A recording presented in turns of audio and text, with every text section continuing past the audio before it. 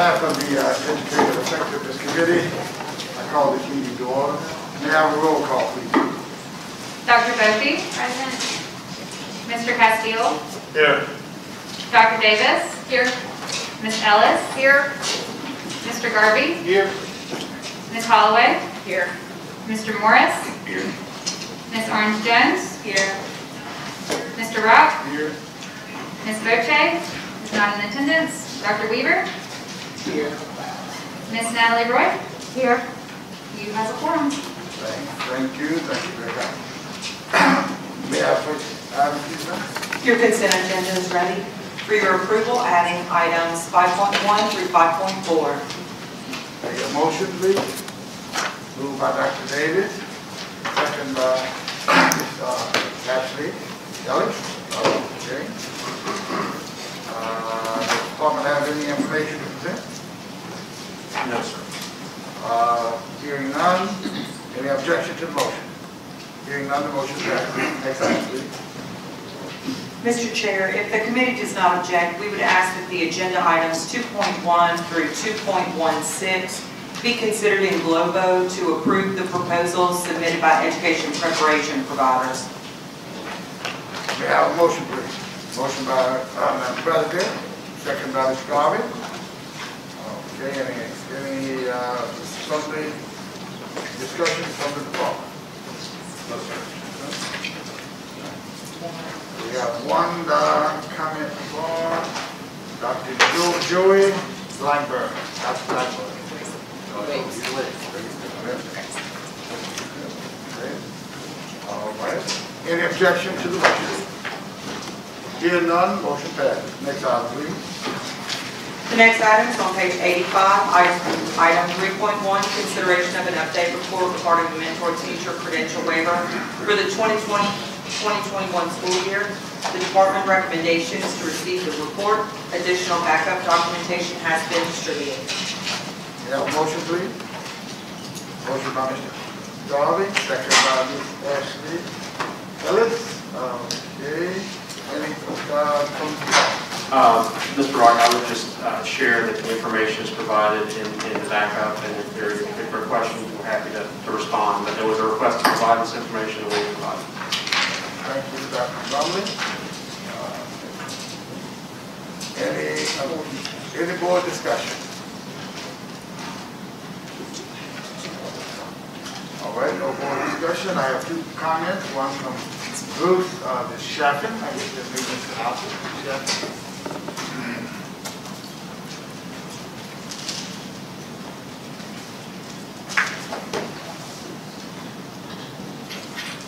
Mr. Chairman, Dr. Brumley, members of the committee, I'm Bruce Chafin, representing the Louisiana Association of School Personnel Administrators and the Livingston Parish Public School System. First, I want to thank the committee that put in countless hours and meetings to put together the positive changes to the mentor program that they have proposed for you and that we support. We cannot tell you how grateful we are to Ms. Kimberly Eckert for directing this, and most of all for giving us a voice in this committee. We may not have agreed on all aspects, and there is still work to be done, but we do feel heard, and for that we thank her and her committee for their tireless work. Second, we also want to thank this body for working with us for these revisions. HR directors across the state appreciate the fact that you have listened to our concerns, and not only listened, but put forth some changes that are being felt. This is very much appreciated by our organization. We are asking for one thing with these revisions. In moving forward with the mentor waivers, just in our district in Livingston Parish, we have 40+ mentors that require paperwork to be sent in, that require some time, and the process can become cumbersome due to all the signatures that we have to receive. We're asking that the waivers that were approved for this year, for the 2021 school year, that those waivers just be extended. They do expire in May. We're not asking that we not fill out waivers, because those that are going to be new, of course we would fill out the entire waiver and submit those for approval. But all of those that have already been approved, we're just asking that those be extended for 1 year. Lastly, our association looks forward to a productive working relationship with Dr. Bromley and his staff, BESE, our legislative body, and our university partners. It is important that we all work together, keeping in mind the most important commodity in our society, our students. We must work together in passing laws and policy that are best for the students and the employees across the state. In closing, again, we ask, the Personnel Directors Association asks that all of those that are on a current waiver for 2021 be extended for the 21-22 school year without having to renew all of that paperwork. Thank you for your consideration, and I'll entertain any questions that you may have. Any questions? Hearing none, thank you for your comments. Thank you. There is the next public comment, Dr. Angel Stringer. Dr. Stringer.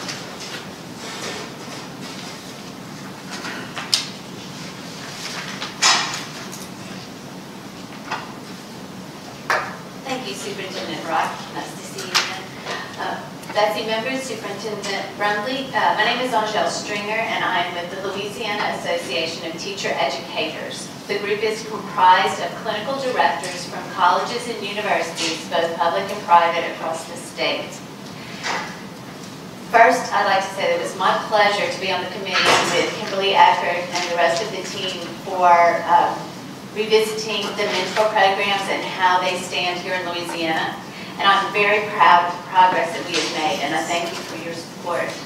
With that being said, I would like to support what Bruce Chapin just proposed, that the waivers that were approved last year be extended for another year without redoing the paperwork, and that we do have the opportunity to provide waivers for this new year. As you know, just LSU alone, we had 178 candidates in the field. That's a lot of paperwork. My colleague from UL had to complete 144 waiver documents, and it would just be wonderful if we could extend what we have for the future. If you have any questions or anything I can do, let me know. Thank you. Thank you, Dr. Stringer. Okay, any comment from the board? Yes, Dr. Wilson? So I'm hearing their request, and I guess I have questions, Dr. Brumley, around whether or not there would be value in having the paperwork submitted again. I do think that there is value in knowing who's using the waiver, because I imagine that there are some people who might have met the certification requirement. So I do think there's like an information collecting aspect to this that we would want, but maybe not to the extent to where it's cumbersome and people have to start from the beginning. That's the next item. Yeah, I think probably the conversations here might be more appropriate for 4.1 along with that question, but I'm happy to answer it now, or if we want to take it when we make considerations around the waiver. So It's up to you guys. Why don't we take it on 4.1 now? That's fine. That'd be fine. We'll take that. Okay. Do we have any objection to the motion? Hearing none, the motion passes. Okay, next item, please.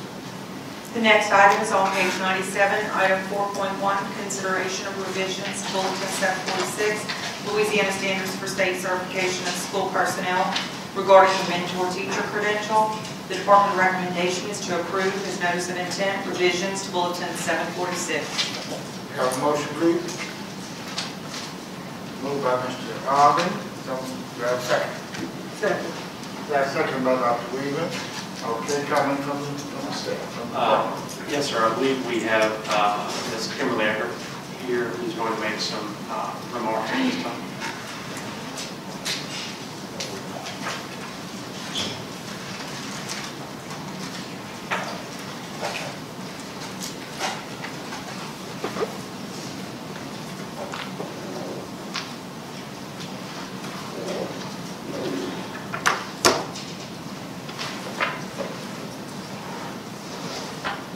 again. Hello? Well, I should be dramatic when our heroes last met. So, I also have with me Dr. Calderon from Southeastern. So, a lot of the information that we shared last month is up for you to take a look at now. And I don't, we're gonna. Do you need, there's a PowerPoint on there, that was for 3.1. Do you want to show that now? Sure. Is that what you're wanting to present, or do you have something on your computer? I'm attached to it. Okay. Okay. So just to kind of briefly review where we were last month with the work of this mentor expansion and improvement work group. We know that as of August, the policy went into effect where not only our residents, but also anybody that was in their first year of teaching as a post-bac on a PL also needed to have a mentor. And so I think that that probably pushed a lot of school systems, district schools, to really find themselves in a little bit of a rut and find highly qualified mentors, because they also needed to produce them for those who are already teaching in their classrooms. And so we just went through the information in the waiver report, but we did find out that about half of those requests did come from those that needed a mentor to host a post-bac candidate as well.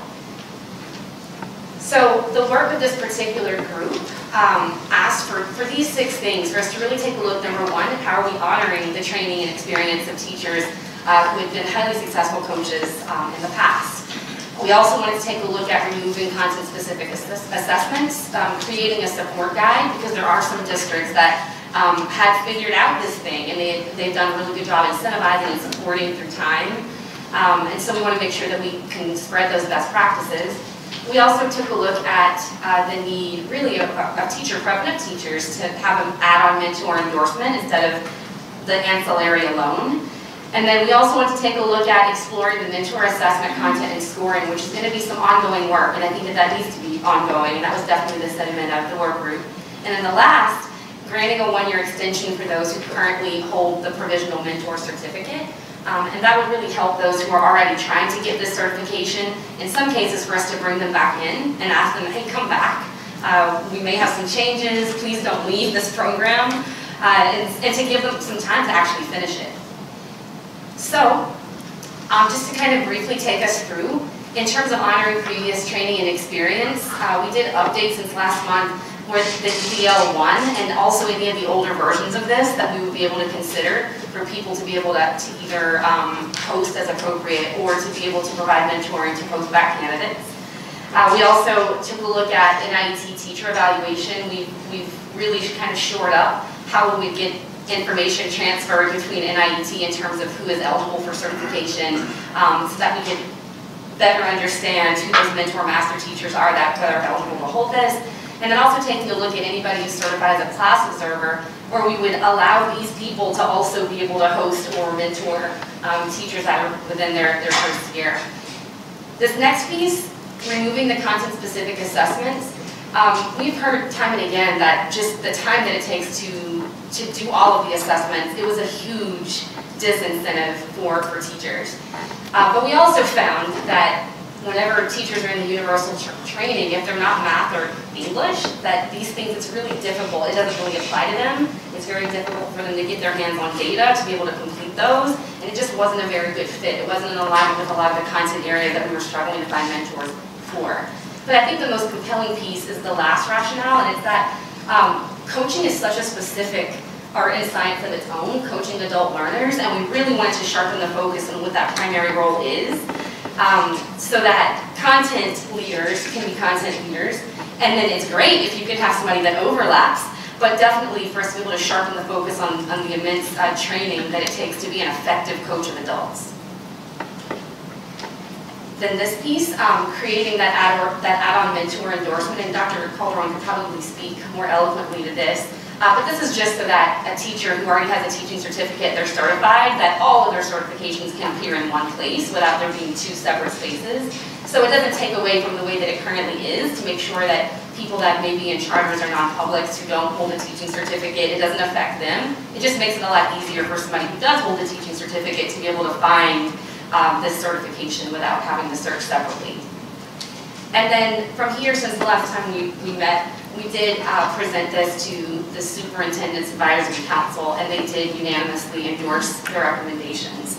And Dr. Coleman, I don't know if you had anything you wanted to add? Thank you, Kimberly.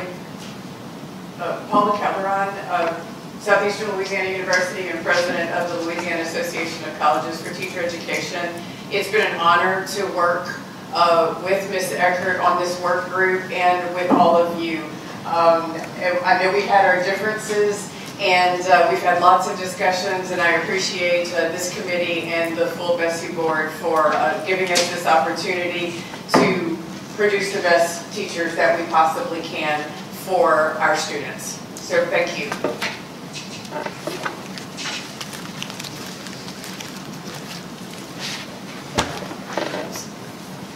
Ms. Eckert, would you mind responding to Dr. Boke's question around the waiver process and opportunities around that? Sure, and I hope I can capture what Mr. Chafin's request was as well. So I hear him saying that the volume, without everybody having to go through to be vetted and qualified again. And I also hear we are saying that, you know, information, data is really important about where support's needed. And there's probably a way that we can marry the needs of the two, where we also understand who the new candidates are, but without having there be a process that is cumbersome. And maybe we can think of a way to streamline that. And I think that that's something that definitely we can work with within my team, where we collect what's pertinent and new, without having to have sort of an information burden on districts that are trying to focus on other things. And I just wanted to say, from the policy perspective, there's nothing that outlines what the process is to apply for the waiver. If you look on page 99, it's letter F.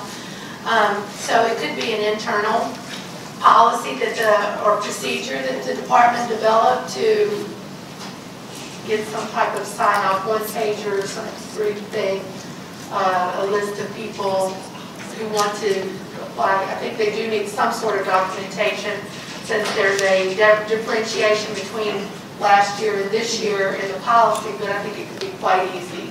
So it doesn't necessarily require policy revision. So clarify that. Thank you. That was my next question. So I appreciate it, Ms. Davis.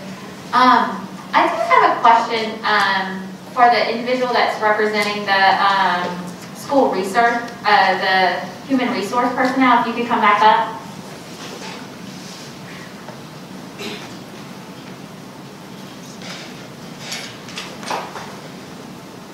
Yes, ma'am.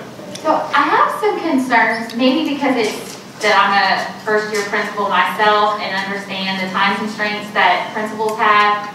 Do you anticipate that the districts are going to mandate that principals take on mentors, or do you anticipate that anybody who would become a mentor would do so voluntarily? I know I can't speak for the other districts. In our district, we're not going to mandate that a principal take on a mentor teacher. That's totally up to them. We could not do what we do without our mentor teachers. Without their help, we would not be able to certify and help out our university partners. We wouldn't be able to help out those in the alternate certification programs. But I don't know of any district, I've not heard of any, that are going to mandate that they have to take a mentor teacher. Does that answer your question? It does, and I would just ask that the department follow this as we are passing new policy and it gets implemented. And I'm not going to ask you to do a survey or anything like that, but I would like for you to consider this as we move forward with the implementation piece, because I think that this is such critical work. And I think this is something that people should voluntarily want to step in and do. And so I want you to be sensitive to that as we move forward with the implementation, because we're adding a whole group of people here. And so I'd like for you to pay attention to that in the implementation piece. And if we need to come back and do some revisions to policy later on, just be mindful of that and let us know, because I do have some concerns with it from that perspective. That's totally fair. And I do think it's probably worth noting that eligibility or holding of an EDL isn't synonymous with being a principal. There's quite a few people who hold that or are eligible for it because teachers, continue learning, it's our thing, right? And I think that it would probably come to that first. I don't think it's that principals will serve as mentors unless it's a last resort, and I think that that space would be in such crisis that we need to support them in many, many ways. But I think that there is a rich and very vibrant population of teachers who hold an EDL, who aren't interested in building level service, who are leaders in their own right. Do you have a sense of the universe? Like what number of people hold EDLs but are in the classroom? Do you know what that number would be? Wouldn't it be cool if I was like 700? But no, I don't know. We could definitely, I think that if we maybe partner with higher ed, I think we would need to know that because unless they've applied for something, we wouldn't necessarily know if they're eligible. Okay. So I don't think it'd be impossible. Because I think it's probably a group you want to track down anyway to let them know that this opportunity exists for them. I mean, now that we've created the opening in policy, I think just like when with the National Board Certified Teachers, it's a population of people that this policy connects with, and so you'll want to be able to communicate that to them anyway, to let them know that the opportunity even exists. And then I'm hopeful that our stipend for mentor teachers will pass the MFP, and that'll give you another incentive for them to take this on. Anyone else?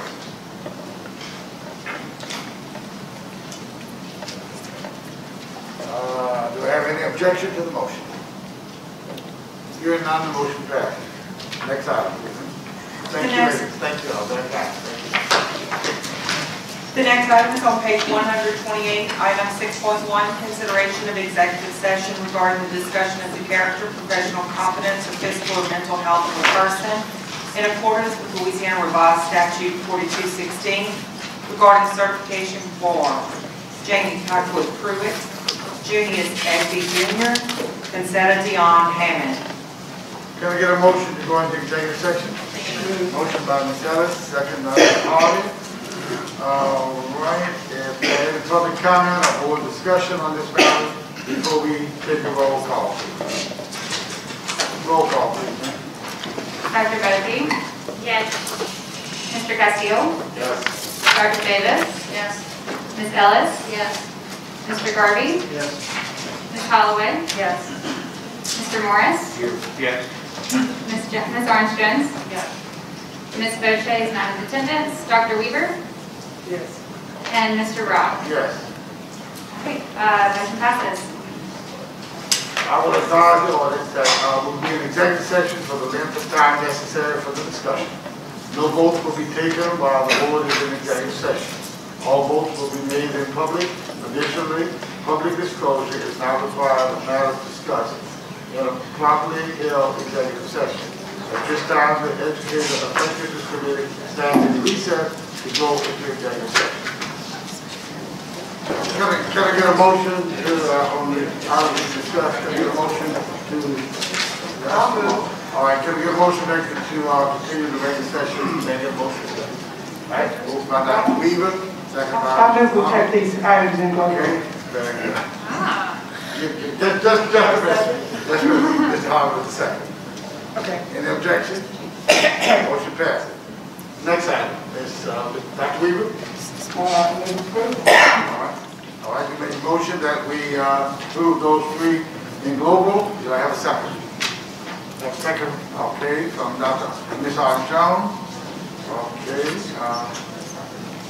Any comment from the board? Any objection to the motion? Here none, the motion passes. Next item, please. This concludes our agenda. We will begin the next meeting in 5 minutes.